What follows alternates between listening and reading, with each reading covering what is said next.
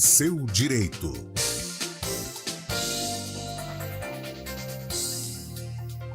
Todas as sextas-feiras, o assunto no quadro Seu Direito é o direito público e eleitoral. Dr. Marcelo Pellegrini está aqui com a gente mais uma vez. Boa tarde, doutor Marcelo, seja bem-vindo. Boa tarde, Guarizo. Boa tarde aos ouvintes. Bom, vamos começar com alguns assuntos. Essa semana, por exemplo, saiu uma nova absolvição ao deputado Aécio Neves. Lá em 2017, ele era acusado de corrupção passiva, né, pela Procuradoria-Geral da República, a irmã dele, que chegou a ser presa, né, porque teria pedido 2 milhões de reais ao empresário Joesley Batista, que a gente lembra lá, né, da JBF, que agora mudou de nome. Segundo a decisão, né, nada consta contra o atual deputado. Como que o senhor vê essa decisão? É verdade, Guarizo. Na verdade, o tribunal ele nada mais fez do que manter uma sentença de absolvição, então ele foi mantida, né, a absolvição dele. Foi digamos assim, uma operação muito polêmica, né? Chegou a prender a irmã do então senador Aécio Neves, e havia uma discussão lá de um valor, se era para comprar um imóvel ou um empréstimo, ou se era para algum fim ilícito, né? E o que se provou foi que, embora talvez a documentação não fosse a mais assim redonda do ponto de vista técnico-jurídico, os valores ali envolvidos tinham fins lícitos, razão pela qual ele, a irmã e acho que um cunhado, um genro, né? Primo, restaram absolvidos, mesmo tendo passado lá o desgosto lá de buscas e apreensões, prisões, quebra de sigilos, etc. Eu estou até procurando aqui, que eu não queria falar uma palavra de cabeça, mas na época vazou o Aécio conversando que tem que eliminar o primo, eu não lembro a palavra exatamente. Aqui, quando a gente não abre fontes oficiais, então não vou nem citar isso, né? Mas acabou sendo algo muito, muito forte. Tem que ser um que a gente mata antes dele fazer delação. Foi essa a frase. Talvez não no contexto de matar mesmo, né? Talvez no sentido figurado, né? Mas isso não é levado em conta porque a questão é o dinheiro, né? Claro. Eu me lembro também nessa época de uma outra frase, mas aí não foi do senador Aécio, foi de um outro cenário, temos que estancar o problema, alguma coisa nesse sentido, né? Isso. Acho que o fato histórico era mais ou menos na mesma época, talvez elas tivessem o mesmo sentido figurado, né? Uhum. Ambas. E o fato é que, acho que tanto para um quanto para outro, as investigações se esvaíram. O Aécio restou absolvido em segundo grau e o outro senador, eu acho que chegou até a ser rejeitada a denúncia. Uhum. Salvo o melhor juízo. Aí se a minha memória não me trai nesse momento. É isso aí. Vamos mudar de assunto agora, porque essa semana aconteceu aqui na região, doutor Marcelo, algo que é surpreendente, né?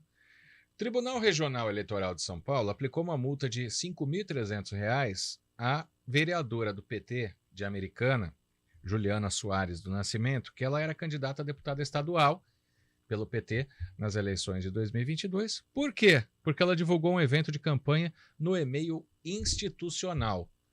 Então, a gente primeiro falar sobre esse caso especificamente, para depois a gente falar do uso da máquina pública de maneira geral. Perfeito. Multa bem aplicada, obviamente, porque no cargo de vereador você tem que ser vereador, né? Por mais que você tenha propagandas de campanha candidato para deputado nas ruas, não pode usar algo oficial para fazer campanha. E nesse caso aí, Guarizo, eu fui checar o processo, tem um agravante, que foi durante o período eleitoral. Ela usou o e-mail, né, da Câmara Municipal para divulgar um evento de campanha de um candidato majoritário que ela estava apoiando. Então ali o contexto ali, não resta outra alternativa, senão a punição, que no caso é uma multa. De maneira geral, nós temos lá entre os artigos 71 e 74 da Lei Eleitoral o que a gente chama de conduta vedada. Então, o que é proibido fazer no período eleitoral. E o uso da máquina pública em benefício da sua campanha ou uma campanha de alguém que você está apoiando, ela é uma conduta objetivamente, né, vedada. Ela ocorreu, tem que haver punição.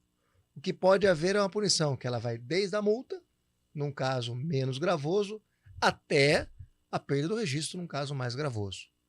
Exato. Aí o tribunal entendeu que foi menos grave o que ela fez. Isso. Foi uma conduta errada, tinha uma vedação expressa, mas entendeu que era uma conduta pouco grave, né? E justificou apenas, então, somente a multa, que é quase no patamar mínimo. É difícil a gente pensar aqui de cabeça, agora de supetão, num caso que poderia dar cassação de mandato. Então, se você, por exemplo, você tem várias condutas que são vedadas. De repente, numa eleição, você pratica 3 ou 4 condutas vedadas diferentes com a mesma finalidade para promover a mesma candidatura. Sim. Aí você tem uma gravidade maior que você está usando e ali violando várias condutas, né? Ou você está ali no momento de final de eleição, uma eleição muito disputada, e aí você faz uma conduta usando a máquina específica para resolver a decisão aí eleitoral, e ela se revela dentro do contexto fático absolutamente relevante para a eleição, né, para o resultado. Ela foi potencialmente lesiva ao resultado. Então, Sim. nós temos aí um arcabouço aí digamos assim, de atos que podem, né, em última ratio, gerar até uma punição de perda do registro. Vamos falar de uso da máquina pública em campanha, né? Eu acho que é algo que, por exemplo, vereador ser candidato a deputado é a coisa mais normal que tem, porque a lei permite. Isso não é uso de máquina pública, desde que não faça o que essa vereadora fez, usar um meio oficial, certo? Perfeito. A regra geral é, quem é do legislativo e é candidato, normalmente ele não precisa de se desincompatibilizar. Quem é do executivo e é candidato, exceto para o próprio cargo, entre parênteses, reeleição, a regra é a desincompatibilização. E aí, nenhuma das duas admitem o uso da máquina. Seja por si, quando você continua no cargo, seja quando você sai e as pessoas que lhe sucedem acabam lhe beneficiando. Exato. Então vamos a alguns casos, né? Por exemplo, a gente tem alguém de cargo majoritário, nós pela primeira vez na história, desde que a reeleição foi criada, um presidente não foi reeleito, foi derrotado, né? Em eventos de campanha, por exemplo, tem algumas... ele poderia ir... Isso, eu estou falando do resultado, mas a gente pode falar de outras campanhas do atual presidente Lula. Existe uma maneira de você fazer eventos diferentes como presidente e como candidato no período eleitoral? Essa digamos assim, a cláusula de toque, né? A dificuldade de você separar. E aí não é só o exemplo do presidente da República. Todo governador, prefeito. Exatamente, todo membro do executivo que é candidato à reeleição, você tem essa discussão. Até que ponto os atos deles são atos de prefeito, de gestão, portanto válidos, e até que ponto os atos são de campanha, com utilização do uso da máquina e, portanto, inválidos. Aí você vai aonde? Para os precedentes, porque a lei ela é feita para o cidadão geral, para a conduta geral, para o homem médio, essa definição. E aí, caso a caso, vai se apurar aonde houve ou não o desvio. Você tem algumas regras, por exemplo, participar de inaugurações, não pode, né? Mas assinar nomeações e contratações, pode, se a licitação já foi derrubada, né? Se deslocar para um evento oficial, pode. Se deslocar para a campanha, pode, desde que reembolse o custo do governo. Mas tem algumas regras. Por exemplo, um presidente não pode usar um avião da FAB para um evento de campanha. Pode sim. Porque o presidente, no caso do presidente, já há um precedente do TSE, e é assim desde a primeira reeleição, da época do Fernando Henrique, que por ele ser presidente e necessitar de uma proteção completa dele, da família, dos assessores, dos ministros nos deslocamentos, ele pode usar, só que o partido sempre reembolsa a FAB as despesas que teve, tanto do avião, quanto do gasto do combustível, quanto dos funcionários, né, do piloto, tal, que acompanharam. É uma exceção admitida pela jurisprudência. Vamos falar então... Para presidente, tá? Então, para presidente. Tá? Por isso, eu vou trazer para os municípios. Um prefeito pode fazer campanha com carro oficial? Não é campanha, não.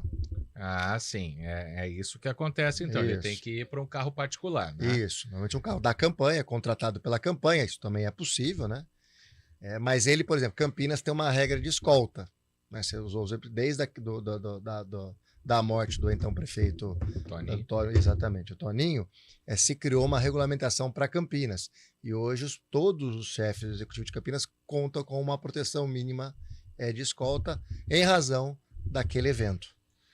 E tem outras situações também para a gente pensar, por exemplo, se for falar em uso de máquina pública, o que o Supremo entendeu e também o Tribunal Superior Eleitoral entenderam para inelegibilidade do ex-presidente Jair Bolsonaro é que ele fez um evento de campanha com os embaixadores, né? Totalmente, né? Ou seja, Utilizando da máquina, do palácio, da estrutura, da relação com os embaixadores, da TV nacional, a TV Brasil, para transmitir. Ele abusou tanto do poder político de seu presidente usar essas questões, quanto dos meios de comunicação.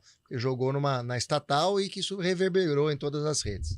eu pergunto isso porque, por exemplo, na campanha eleitoral, qualquer executivo, né, que está em campanha de reeleição, ele vai mostrar obras que ele fez, né, ele vai mostrar resultados na economia. Isso é diferente de... Ali ele está prestando conta do que ele fez, porque a reeleição nada mais é no direito que você confirma e mantém aquilo que está sendo feito, ou não se confirma e troca-se aquilo que está sendo feito. Não, mas eu digo ele mostrar, por exemplo, programas que ele fez no horário eleitoral. Sim, entendeu? absolutamente lícito, exatamente isso. Ele quer, com a reeleição, renovar aqueles programas que, na visão dele, foram exitosos. Cabe à população responder essa pergunta nas urnas. Da mesma forma, quem é oposição vai mostrar que aqueles programas devem ser substituídos por outros, né? E cabe à população também decidir se é hora de mudar ou não, mas é possível, ele pode veicular todos os programas que ele fez no programa eleitoral durante a gestão dele como chefe do executivo. É um assunto assim que as coisas andam juntas, mas tem que andar separado. Então, por isso, muito legal a gente ter essa conversa aqui com o Dr. Marcelo Pellegrini, que é advogado especialista em direito público e eleitoral, explicando várias situações aqui pra gente. Até a próxima sexta, Dr. Marcelo. Obrigado pela presença. Obrigado, Guarizo. Um abraço aos ouvintes. Um bom final de semana a todos. Obrigado. 3h30, intervalo, Repórter CBN. Estúdio CBN.